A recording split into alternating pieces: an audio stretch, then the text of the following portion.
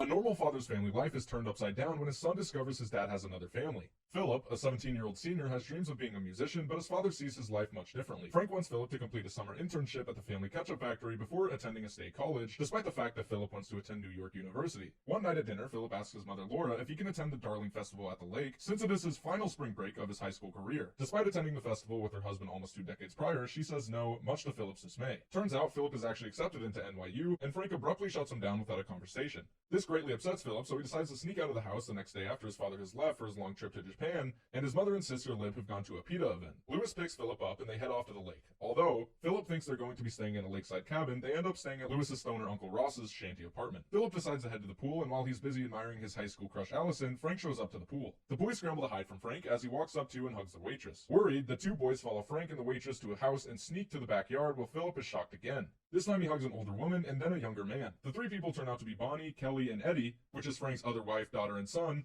Philip is devastated, so he and Lewis head back to Ross's apartment. The next day, Philip returns to Frank's other house and introduces him as Richie's son, which Richie is the name Frank has used to keep his wives off the trail. He is welcomed in with open arms. Frank fake returns home from his fake trip to Japan and is shocked when he sees Philip in the wrong house. Later in the evening, Philip blackmails Frank into paying for his NYU tuition, and Frank obliges, writing him a check. Philip spends the weekend with Frank's other family, even attending a party with Kelly and bonding with Eddie about their father, unbeknownst to Eddie. Not returning home on Monday, Laura gets worried and calls Lewis's mother to inquire about the whereabouts of her son and learns that they went to the lake. Laura and Lib go to the lake the next day. Lewis warns Philip and Frank about the impending arrival of Laura and Lib, but it's too late. Frank makes up a lie about not needing to be in Japan and not telling his wife why. The family decides to rent a cabin at the lake for the festival. The morning of the Darling Festival, Frank wakes up at Bonnie's house, but also needs to be at Laura's house at the same time, so he goes for a jog, but he actually flat out runs there. Eddie volunteers to go with, but Frank says he wants to be alone, leaving Eddie feeling confused and rejected. Frank's arrival at Laura's rental confuses her and Lib, as he is completely soaked from the sweat. Philip sends the girls to the festival, not knowing that Frank had already sent Bonnie, Kelly, and Eddie down to the festival as well. Philip and Frank are dumbfounded, trying to figure out how to keep the two families from bumping into each other. Ironically, Ross appears with a powerboat and gets them to the festival in a fraction of a time.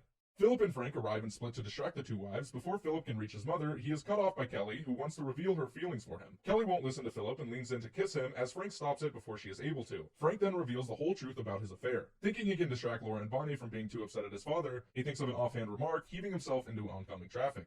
Before a car strikes Philip, Frank pushes him out of the way. Doing this, though, put them in front of another car, driven by Stan and Mercy Kempler, which are two friends of Bonnie and Frank. Not knowing if they killed Philip and Frank, they speed away. Philip and Frank end up in the hospital. Philip is released after only sustaining bumps and bruises, but Frank is admitted having suffered broken ribs and a broken leg with a few minor injuries. Laura leaves the hospital without seeing Frank, removing her wedding ring in the car, signifying the end of her marriage. Bonnie and all 4 children enter Frank's hospital room and confront him about the pain he's caused. Everyone leaves the room, with Philip trailing, having finally connected to his father in a way he always desired.